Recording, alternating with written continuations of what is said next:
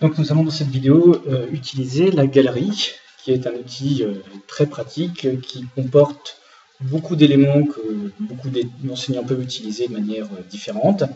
Donc nous allons aller dans le menu Workspace, nous sélectionnons Galerie qui est ici.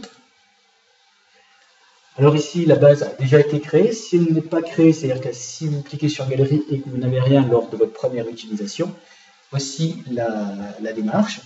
Vous faites Fichier et créer la base de données de galerie. Une fois que vous êtes ici, vous allez sélectionner You Integrate Content Gallery, donc créer. Et là, à partir de là, vous laissez faire et ainsi la galerie sera créée. Donc, une fois que la galerie a été paramétrée, on ne revient plus dessus. Chaque fois que vous allez cliquer sur galerie, vous pourrez donc avoir toute la base de données. Donc par exemple, je vais aller dans le mathématiques, géométrie, figure en 3D. Ici, dans la catégorie que je peux déplacer, je peux choisir un objet qui m'intéresse. Je clique dessus, je le glisse et mon objet apparaît. Donc à nouveau, je peux le grossir, je le déplace à volonté. Et donc, je peux travailler sur cet objet. Si je veux travailler sur l'objet sans pouvoir le déplacer, bien entendu, comme on l'a vu la dernière fois, on sélectionne tout et on met au fond. Et ainsi, l'objet reste complètement inerte. Écrire sans que cela crée l'interaction et donc ça ne modifie pas mon objet. Alors, ce qui est intéressant maintenant, c'est de faire le contraire, c'est d'avoir un objet à nous que nous allons maintenant mettre dans une galerie. Donc, je vais choisir ici une figure que j'ai créée sur GeoGebra. Et donc, j'aimerais que cet objet-là, ce graphe, fasse partie de ma galerie parce qu'il se trouve que je vais peut-être l'exploiter à différentes reprises dans un cours. Donc, comme tout à l'heure, nous allons capturer une image. Donc, je vais dans Outils, Capture.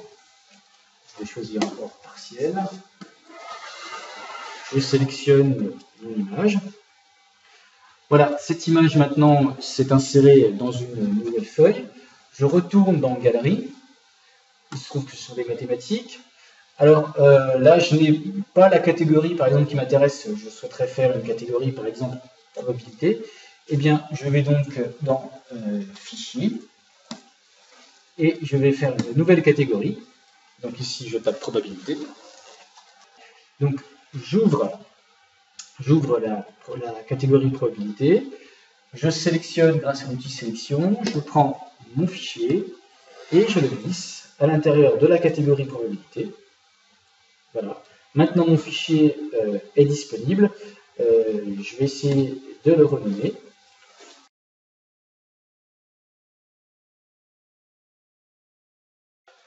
Et voilà, donc maintenant mon fichier s'appelle loi binomiale et je pourrais l'utiliser quand bon me semble. Par exemple, je recrée une nouvelle page blanche. Je vais faire pour vous montrer la manipulation. Tiens, j'ai besoin de ma loi binomiale. Eh bien, je vais dans catégorie. Il s'agit de mathématiques. Probabilité, une nouvelle catégorie que j'ai créée. Je choisis mon fichier. Je le déplace. Et voilà, je retrouve ainsi mon fichier de départ que je veux à nouveau annoter comme je le souhaite. Ce fichier va rester dans la base. Et à chaque fois que j'en aurai besoin, eh bien, je pourrai en bénéficier.